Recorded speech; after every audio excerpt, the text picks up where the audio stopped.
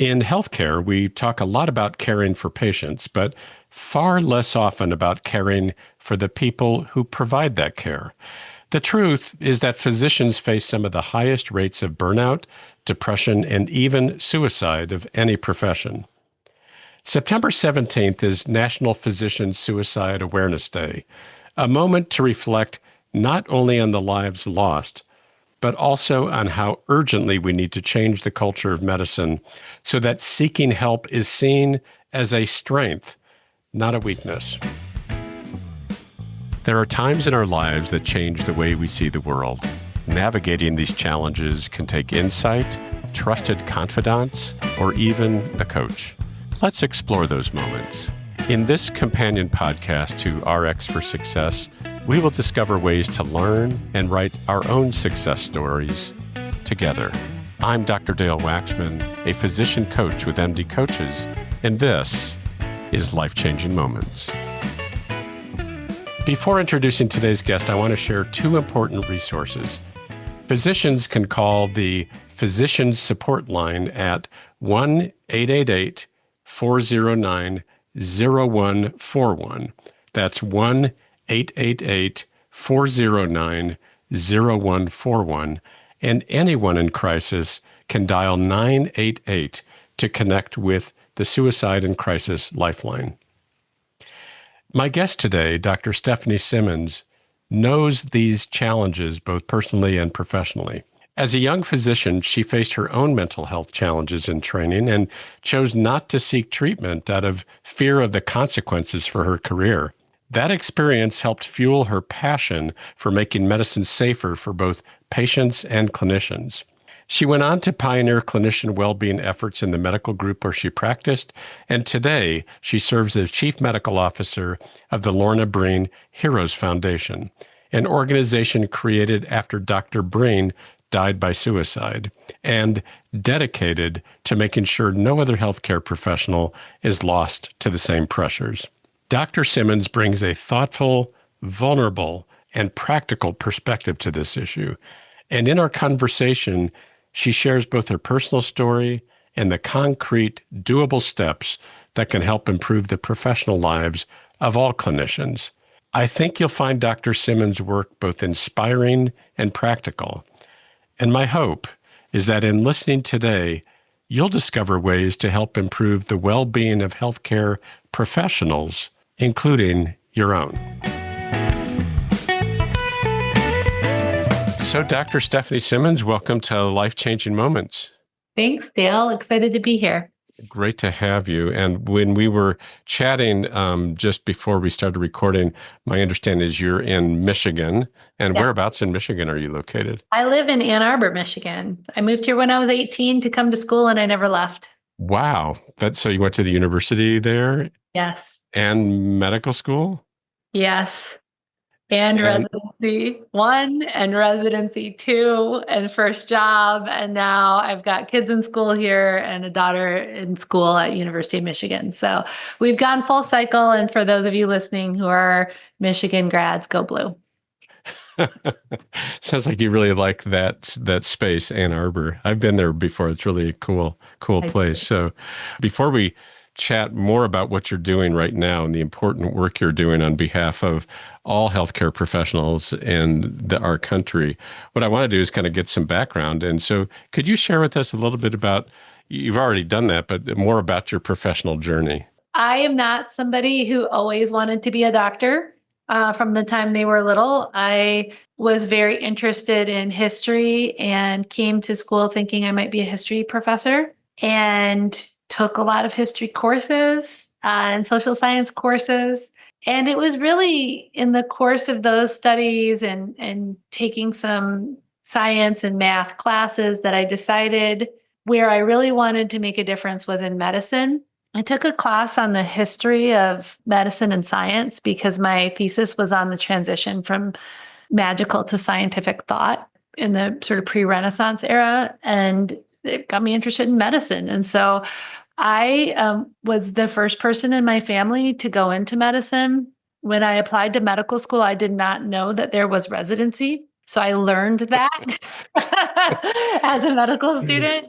And I was fortunate to get into the University of Michigan Medical School and had a wonderful medical school experience. Certainly, the clinicals were difficult, but at that time, a partner who became my husband during medical school. I didn't have kids. I knew the city. My family lived in state. So I had lots of support and really loved everything, every rotation. And so I decided to go into anesthesiology because it's birth to death, it's critical care, it's episodic care. There's lots of procedures. I like the OR, but I was pretty sure I didn't want to be a surgeon. I matched into anesthesiology. I was doing my TY year, also in Ann Arbor, but at the community hospital called St. Joseph Mercy Hospital in Ann Arbor, when I had my first ER rotation, and I fell in love. I fell in love with the ER. One of my first shifts, so imagine this, Dale, off-service intern, first shift in the ER. I walk in and my patient isn't breathing. And I press the code blue button. The nurse comes over with a crash cart. I grab a laryngoscope and an ET tube, and I intubate the patient, and I'm bagging them. And I was like, hey, why don't you grab the attending? So By the way. Yeah, by the way. But I had done a bunch of OR and anesthesia rotations by then. And if somebody's not breathing, you intubate them, right? So it seemed natural. And they called the attending in, and after they got over their shock, they were like, maybe you should go into emergency medicine. So I did. I switched into emergency medicine. Wow. And so you realized what you didn't know was when you started medical school is you had to complete a residency. So you completed residency, and it sounds like you stayed around Ann Arbor, right? I did. So let's talk a little bit about residency, because I did it differently than many. We all think that everybody just goes straight through residency and then gets a job, right? But once you start digging into people's stories, lots of people have little detours and side quests and different things that they do during residency. So I had my transitional year, and then when I switched into EM, I actually started over. So I started over again as an intern. That meant that instead of the typical at that time 3-year ER program, I actually was in for 5 years, because I had 2 internships and I was in a 4-year program. Because many of the rotations in EM were actually at that community hospital where I did my TY year, because it was a joint program, I was afforded the opportunity to have 7 additional elective months, because they weren't going to make me retake the same elective again. And that was a real gift. And so I did 2 things with that time. The first thing that I did is that I was in the medical education track, and Michigan has a program, like a master's program in med ed. So I got most of the way through a master's in med ed during residency. And then I had 2 kids and used some of that elective time to take, the electives that are more clinic based, or maybe don't have you working 80 hours, 100 hours a week, so that I would have a bit more of a rational schedule during my childbearing months there. So I had a baby during my 2nd intern year and during my 4th year. Right. I felt like a 4th intern year sometimes. Wow. Wow. So and also during that time, I applied for an RWJ fellowship. So Robert Wood Johnson Fellowship in Health Policy, and I got it. So I was going to be staying at Michigan for an RWJ fellowship. And with that 2nd pregnancy, I developed depression, peripartum depression. I think, I had a 3-year-old, I had a residency, I was applying for a fellowship, I was doing master's coursework, and I was pregnant. I had a couple of really tough cases, and it was a really hard end of that 4th year and beginning of the fellowship. In fact, I dropped out of the fellowship after the intensive stats portion in the summer, because I really felt like I just needed to start working. And at age 30, like I was done with school, and I needed to get out there. But I think at least part of that was that I just also was having a really hard time, right? in that transition from residency, out of residency, with the second child, with the depression, and just needed to simplify things at that point. We'll get back to our interview in just a moment, but first, I'd like to share a message from Navigate. You know, after spending years in the financial sector, Navigate has met lots of clients with all kinds of student loan issues. They were confused, they were overwhelmed by the doublespeak and the overly complex forms, and especially the deliberately misleading statements from loan servicer representatives. Navigate recognized the chaos in the student loan industry and immediately brought clarity and real solutions. If you'd like to flip the script on student debt, visit www.flipthescript.loan/MD-coaches to schedule a call with Navigate. They'll tailor a plan specifically for your unique situation and work with you until the loan is paid off. What do you have to lose besides the stress of student loan debt?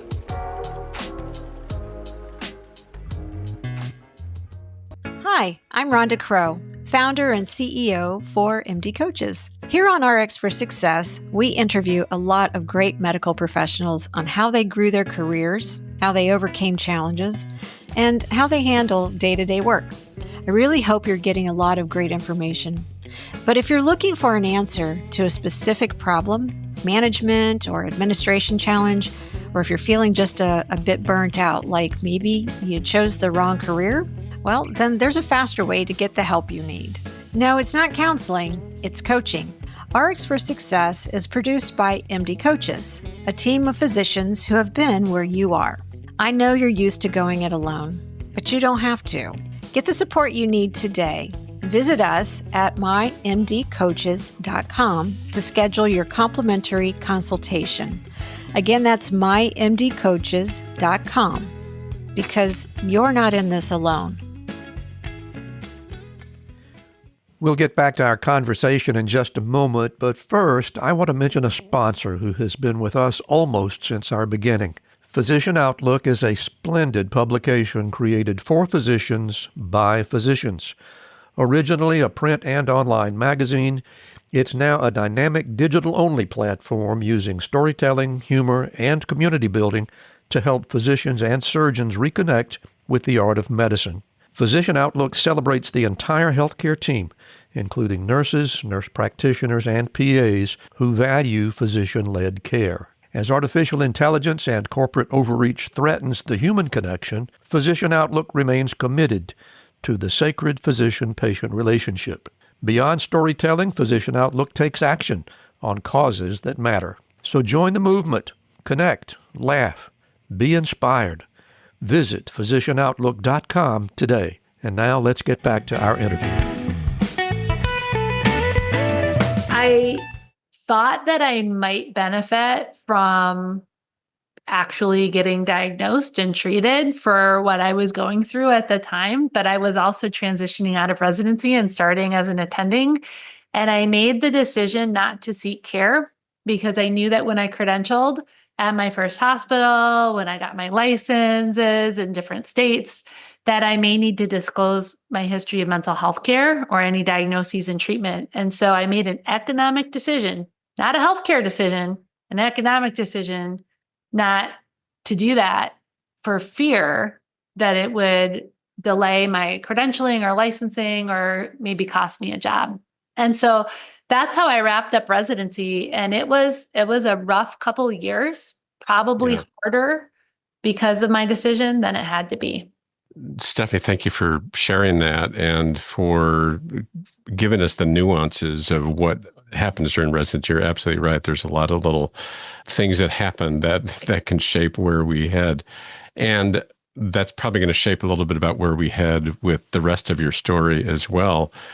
Right now, though, I'm curious, and I guess listeners are as well, while that was a pretty challenging time, and then the decisions that you made about not disclosing, there wasn't anything to disclose because what you were aware of were limitations about what you were going to have to disclose. Can you start before, tell us what your position was, is how did you then work through that really difficult time, the depression? So Yeah. share more about that. Sure. So I, again, was extraordinarily fortunate with regards to my support systems. So at that time that I was married, I have a wonderful husband and partner, had family in state, great friends from residency, knew my city, knew my attendings. In fact, I called the medical director of the emergency department in the hospital that I was going to be working in, like in tears when I made the decision to leave my fellowship, asking for a job. And he's like, yep, we'll make it work. We'll figure out a way. This was like off cycle and all of that. So just lovely sets of human beings all around to support me. In a lot of ways, I was sort of white knuckling my early career, just holding on as hard as I could, and trying to figure out how to be an attending and to do all of the work at once. It was not the best way, right? Like, and it took years to even get back to a place where I felt like I was on solid ground. When I started working clinically, I just talked to my boss and I said, hey, I know I want to do something more than clinical shifts. I also am feeling pretty burnt out right now. He was somebody I could speak pretty frankly to. So I asked to start at 10 shifts a month, which for emergency medicine at that place was about 2/3 to 3/4 time. And then I said, and then I just want to try a bunch of different things. And then once I settle on something, maybe you can pay me for that time. Once we figure something out. He's like, okay, let's see what happens. So for the first year, I worked 10 shifts a month, and it gave me a little time and space, honestly, to work on myself and recover a little bit from my experiences. And I also volunteered for a lot of different things. And the thing that I enjoyed most was the Keystone Quality Initiative. So this was Peter Provenost's work in Michigan on quality and safety, and particularly hospital-acquired infection reduction. And there was a portion of that work that was about the culture of safety that really spoke to me. And it was because it was about how we talk to and relate to each other. And all of my work in med ed had been about communication and how to teach residents and students how to talk to patients. My proposal for my fellowship had been about, again, how to train people in that relational component of medicine. And so here was a professional place where I could do some of that work. And it was really on the strength, I think, of my work in that area that 2 or 3 years out of residency, I was asked by the CMO of our group to be the medical director for quality and safety. And this was a really pivotal point for me, Dale, because I realized I didn't want to do that. Because while there was some of this relationship basing, it wasn't entirely that. And that was really what I cared about. And so I said, I'll be happy to interview other people and help in like a search for the director of quality and safety. But the job I really want to do is to be the director of patient and clinician experience. And they said, well, we don't have that job, but why don't you write a job description and we'll see. And so I wrote a job description and they made a position for me. So this is about 15 years ago. There weren't really CWOs, they're chief well-being officers, Right.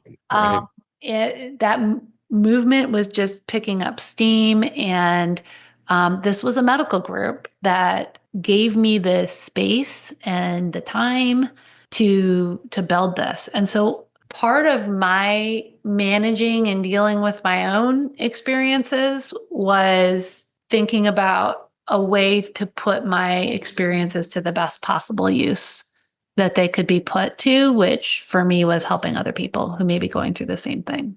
Yeah, that's quite a story. That's really remarkable. And also kudos to your group for having the foresight to allow you to really express what was important to you, which somebody in there must have said, this is going to be important to us as well.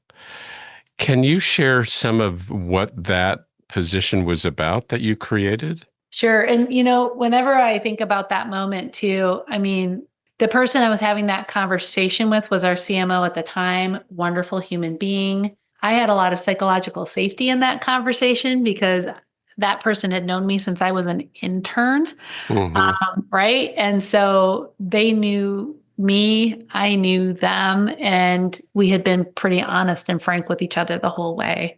Yeah. Okay, that role at the time, a lot of emergency medicine contracts included some language about patient experience scores, and how well the physicians and PAs and NPs for the group were able to provide an excellent patient experience as measured by the patient experience instrument of the hospitals where we worked, which was largely Press Ganey at the time. And so part of my job was to keep track of those scores and make sure that we knew what was happening, but then also provide resources to improve the quality of the patient experience that our patients were experiencing when they worked with our ER docs and APPs, but then also when you scratch that, underneath that is all clinician experience.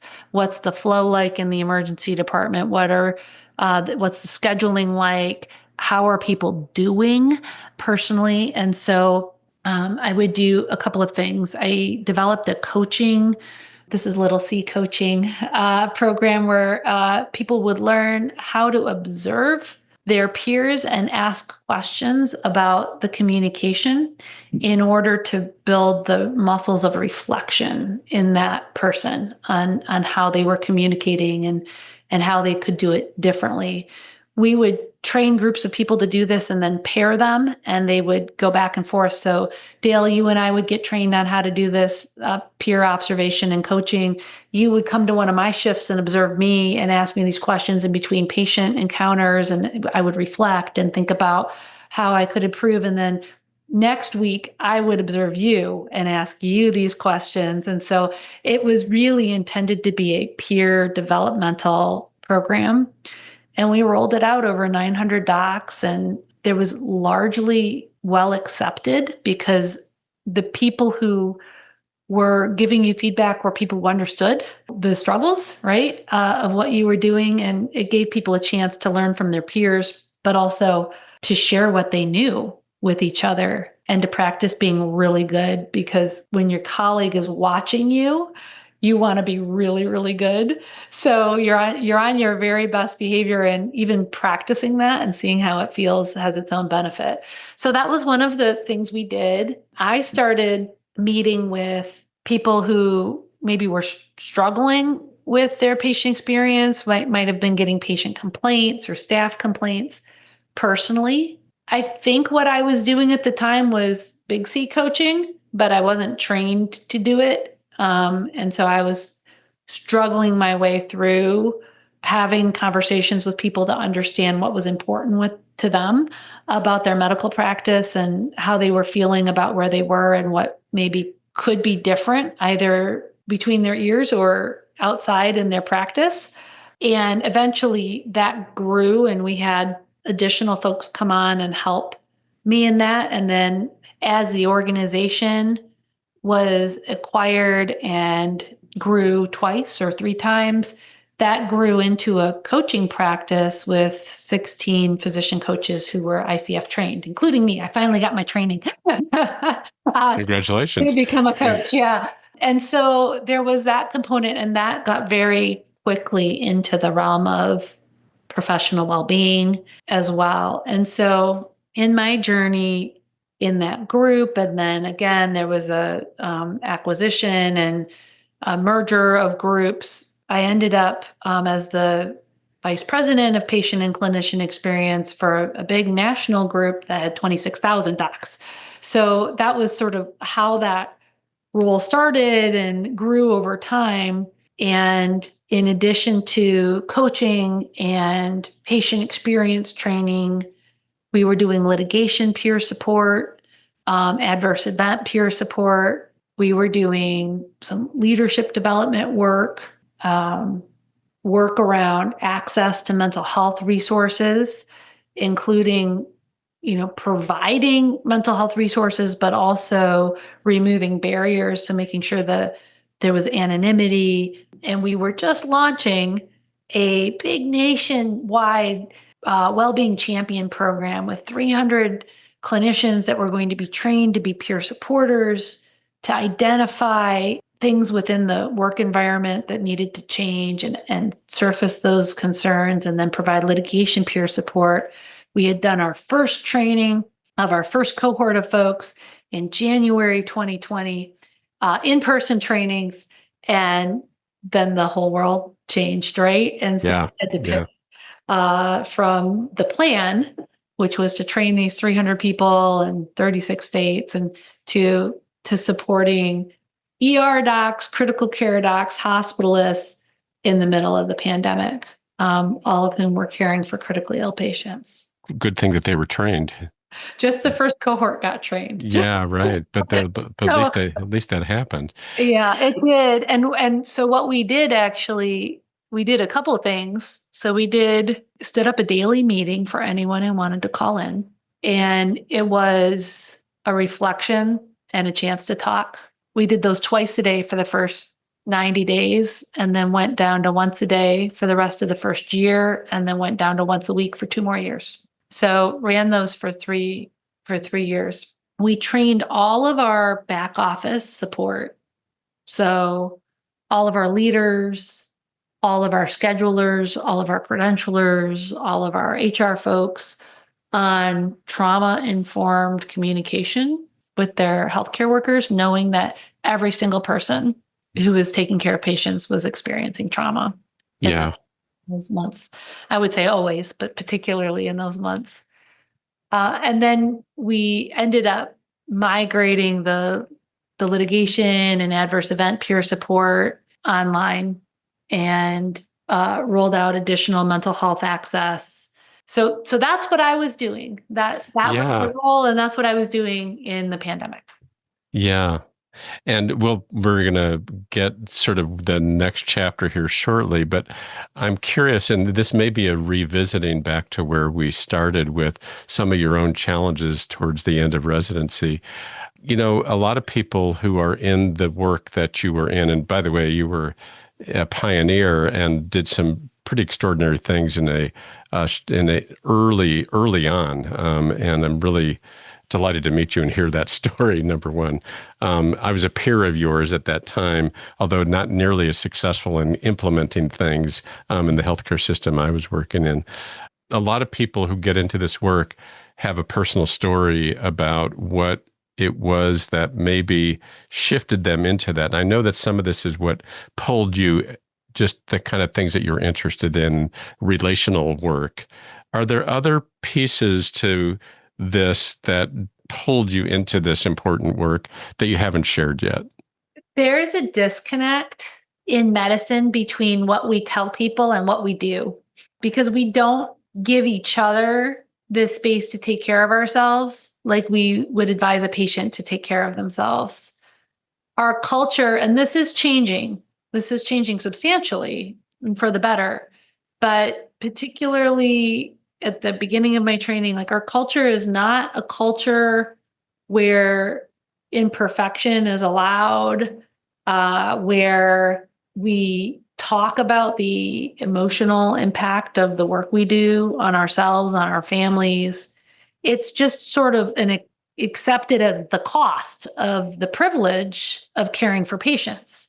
And it is a privilege. I mean, caring for patients is a privilege.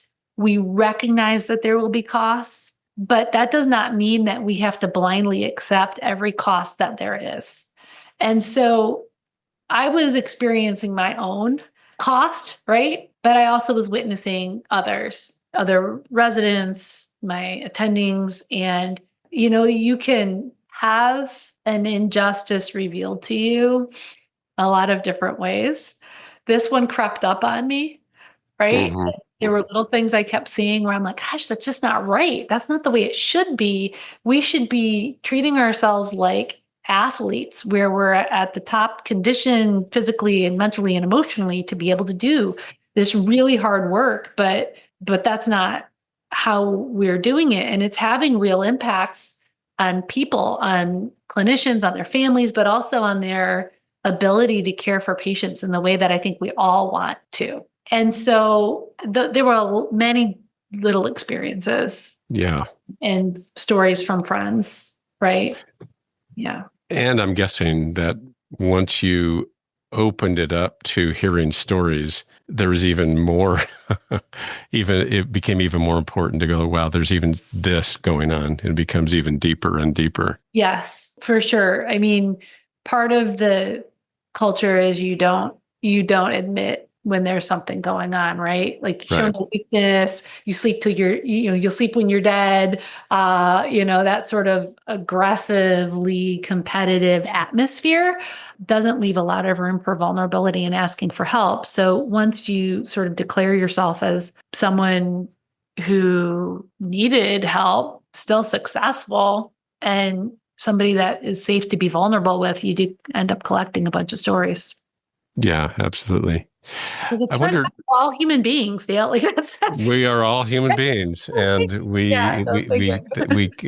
can put that on hold for only a short amount of time before you start developing the cost, as you so eloquently put. Let me just pull that thread for a second, because the ability to put aside our reactions in order to attend to the issue at hand, whether that's a bleeding vessel in the OR or a resuscitation in the ER or calculating an acid-base balance, so you can do the right diagnosis and treatment. Like, we have to be able to do that.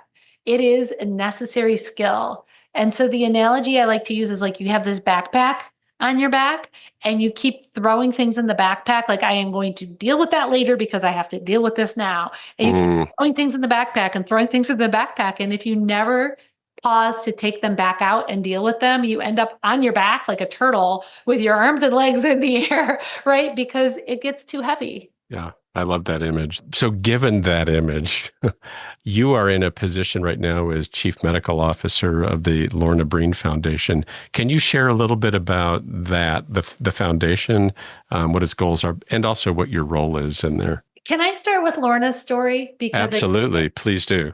How the foundation started, and it's important.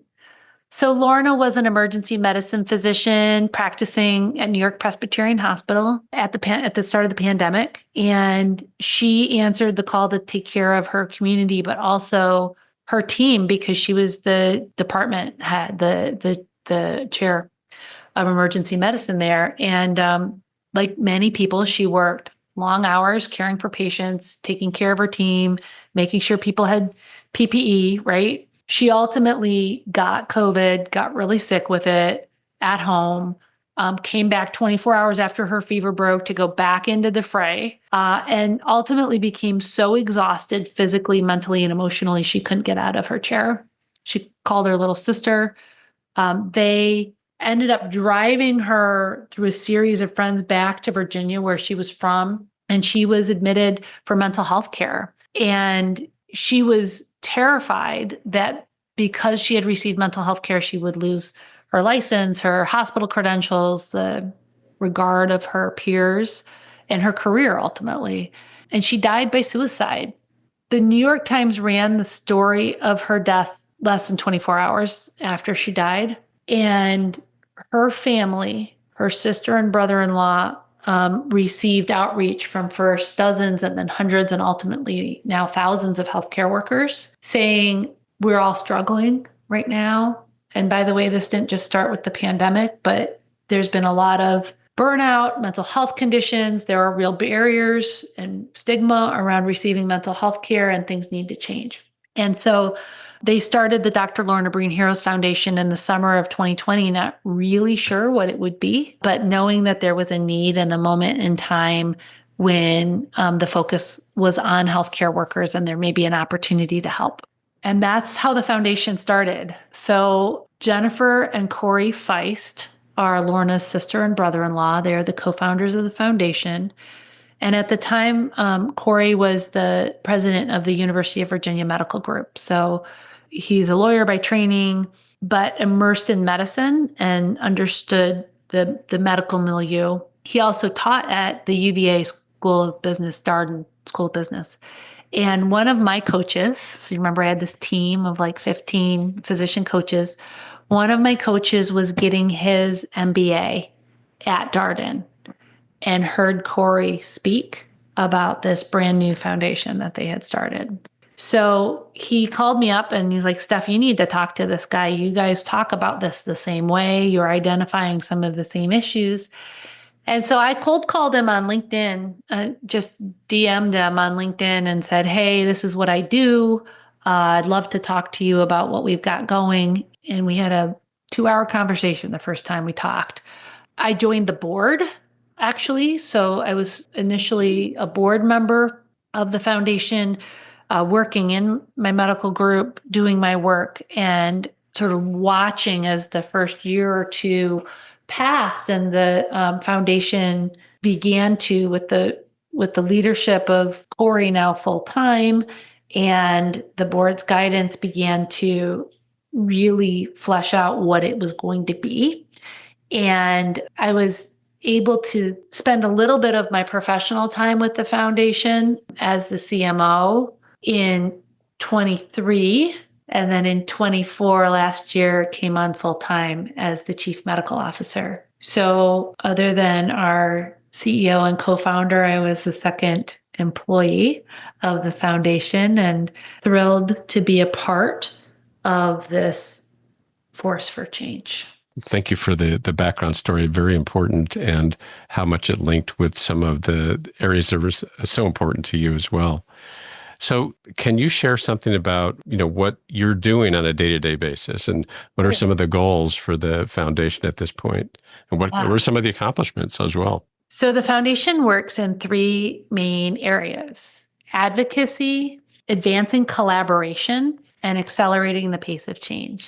So in advocacy, we worked with a bipartisan group, bicameral group, to get the Dr. Lorna Breen Healthcare Provider Protection Act passed, which provided funding for professional well-being programs across the country, and the creation of the Impact Wellbeing Guide, which was a CDC resource for healthcare leaders on how to improve the environment of care. We've also worked at the state level in advocacy around licensing and credentialing laws, prior authorization laws, workplace violence laws, and mental health for healthcare worker funding. In advancing collaboration, we work on a national level with national organizations like the AMA, the ANA, and the AHA, IHI, all of the alphabet soup of healthcare, the pharmacists, the dentists, the PAs, the nurse anesthetists, et cetera, 35 national organizations. We meet every other week. We have since the beginning of the All-In Wellbeing First for Healthcare Coalition 3 years ago. And we have working groups in each of the sort of 3 verticals of the foundation as well with that group. We also have our ambassador network, which is where individuals can engage and be active in the work of the foundation. So we meet quarterly with all of our ambassadors and have activations for them. We have over 300 individual ambassadors, many of whom are healthcare workers, but also leaders, mental health experts, and family members who are survivors after their healthcare worker has died by suicide. And then our third area is in accelerating solutions. So where this action is accelerating the implementation gap between what are known best practices in professional well-being for healthcare workers and what is actually happening. Research is important. It is important to find and discover new ways to make things better for people. But if we were only doing all of the things that we know work, we would be okay. So what we're trying to do is bridge that implementation gap. And we have 2 key programs that we do through this area. One is called the All-In, again, that's the National Coalition, Licensing and Credentialing Champions Challenge. So we made a map of all of the state licensing for medicine, nursing, pharmacy, and dentistry, and we will verify whether the licensing applications are free from invasive and stigmatizing language around mental health. We update that map twice a year in May and and in September. And we've been able to see huge changes, particularly in medical licensing. From at the beginning of our work on this, 17 states that were consistent with best practices to now, when we updated in May, 37 states, and our update in September will add more. So a shift in how licensing applications are asking about mental health care. At the same time, we're working with hospitals around credentialing applications with the same ask. Remove the questions about ever and any mental health care, ask about current impairment for any reason only, and also take that question out of the peer reference form. So we've been able to verify those changes in over 10% of the hospitals in the country and continue to accelerate both the numbers and the pace of change in that area. The second program is called All In Caring for Caregivers, and this is a statewide coalition. We work with the Medical Society, the Hospital Association, and the Nursing Association in the state, and we partner with hospitals to get the licensing and credentialing squared away, to do leadership education, and then to form a learning collaborative around some aspect of the environment of care. We've done this in Virginia, in North Carolina, New Jersey, and in Wisconsin. And in Virginia, the area of care that they focused on was the EHR, and it accelerated the pace of adoption of EHR technologies that are focused on the healthcare workforce. So the endpoints for this had to be improved satisfaction, less time at work, and professional well-being. It couldn't be saving clicks, increasing efficiency, right? Or improving your RVUs. It had to be really human-focused outcomes. And we're about to launch the Learning Collaborative stage in North Carolina. We have legislation in New Jersey, and we're launching phase 1 in Wisconsin this fall. So those are sort of the broad strokes of what we're doing as a foundation, and those 3 verticals and how we're doing it. Excellent summary of all that really high quality work. Stephanie, I wonder, and I know that you haven't even been there that long, and there's a lot that you've all accomplished, and that's really very, very impressive. Is there a story that comes to mind that exemplifies the impact that the Lorna Breen Foundation has had on a system or an individual? So many of our ambassadors have come to us because they first reached out with a story. And I think probably my favorite story, because of how and where it happened, was a young nursing student in Virginia. We were talking about the licensing changes on a Virginia Hospital Association Quality and Safety meeting, and a nursing student types in the chat for everybody on the webinar, I was really worried about staying in state to be a nurse because I have a history of a mental health condition. I went to therapy, but now I know that I can. And so to me, that sort of brought together a bunch of different pieces. Number one, I'm excited that people are getting help and going to therapy and being diagnosed with a mental health condition if they have one, right? Like that in and of itself is a positive to hear that shift, that people are taking care of themselves. Second, we were able to not only get the change done in licensing, but to make sure people knew about it. So even as a student, she was getting the message. Mm-hmm. 3, everyone on that meeting who was struggling with a workforce issue around nursing got to hear that the change in the licensing and the credentialing meant that they were going to have one more nurse in state. Right. Right. And that it's somebody who, even as a student, is attending a quality and safety seminar and learning and growing and engaged. That to me sort of brought a lot of different pieces together. Now, many people share their stories of their own mental health journeys with us. And those are also really powerful, but they're often private.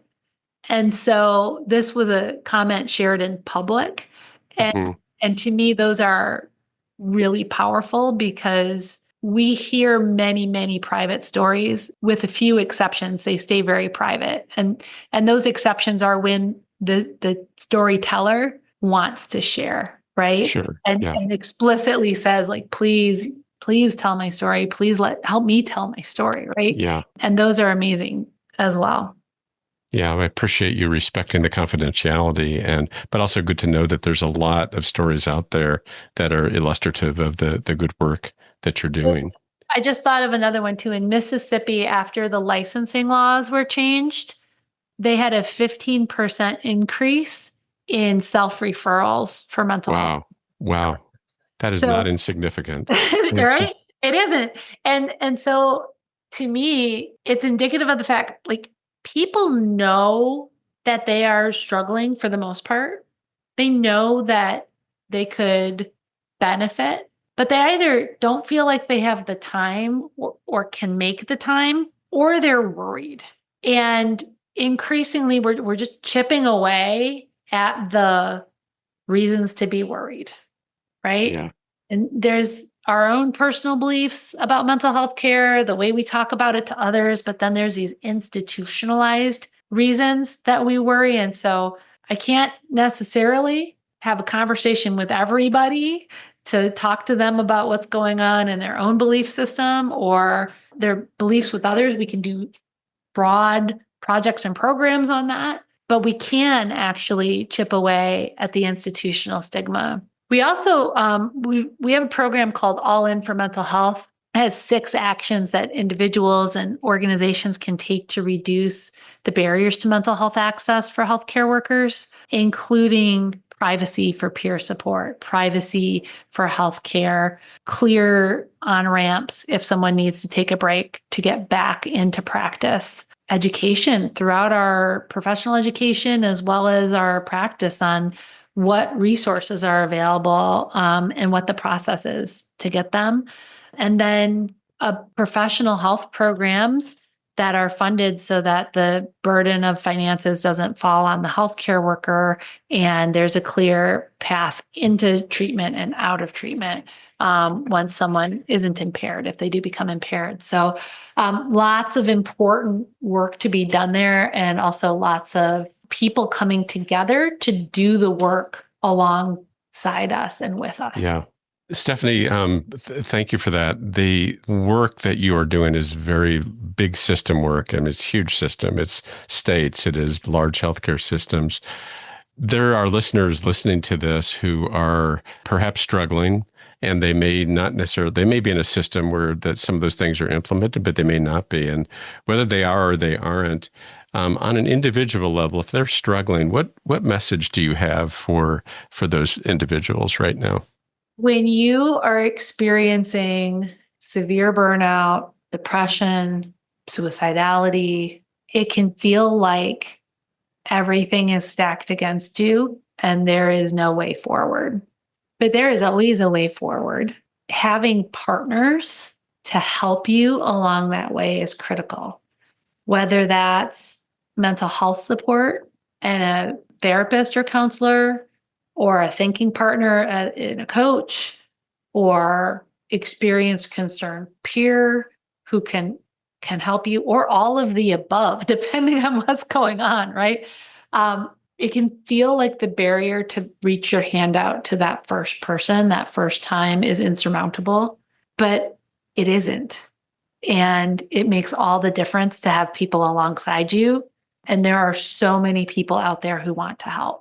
So we are selected for and trained for and practice being perfectionists who work on our own, who are driven, and who have to believe that we can do things other people can't, because we do every day in healthcare. Those same traits don't work to get you out of an isolated position. And so you need to be able to work against your nature sometimes and work against your programming to do that, to say, like, I can't do everything by myself. I need other people. I can't just be the healer. I'm going to need to have help and be healed. I am not perfect, but guess what? Nobody is. And the people you think are perfect are also dealing with their own things. You're just not seeing them. And while you can do things that other people can't, that doesn't mean that you have to be able to do everything. So, boy, I could have used somebody to say that to me, right? And in a lot of ways, I got parts of that over years from the people who loved me and were helping me out. But you have to also believe it and then act on it, and it's worth it. Yeah, I was about to ask you what advice do you have for your younger self? And it sounds like you just gave it to yourself. Yeah.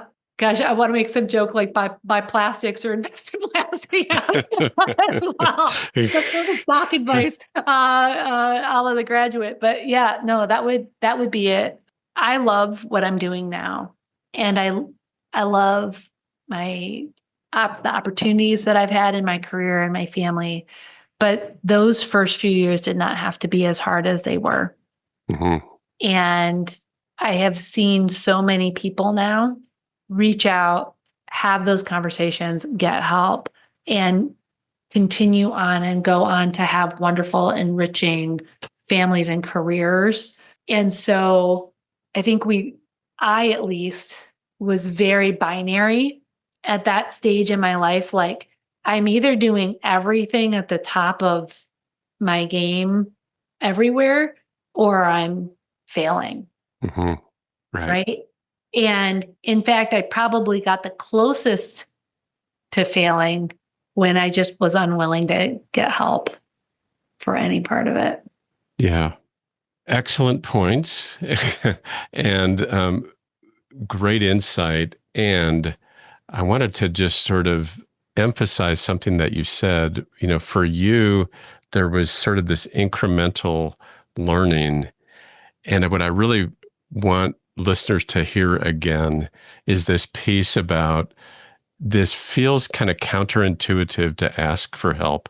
It goes against our nature, a lot of which isn't really our nature. It's the environment, it's the modeling, it is the learning in the medical milieu about how you are to take care of yourself. But what's important is to go ahead and lean in against that and go ahead and seek some help. The Dalai Lama has said, compassion without self-compassion is incomplete. So as we're out there healing other people, we need to make sure to make some time for ourselves as well. Which is a wonderful message for us to end on. And so, Dr. Stephanie Simmons, I'd like to thank you once again for being a guest, and really want to thank you for the great work you're doing for all healthcare professionals in our country, and ultimately for the patients in our country, which is all of us. So thank you again. Thanks, Dale. This has been a great conversation. Thank you for tuning in to Life Changing Moments. If you enjoyed this episode, please be sure to rate us 5 stars and leave a review. Doing so helps our podcast reach more listeners. Have something to share? We'd love to hear your thoughts. Visit the MD Coaches community on Facebook groups. This dynamic virtual space is a place to continue discussion about life-changing moments and perhaps share some life-changing moments of your own. Join the conversation today.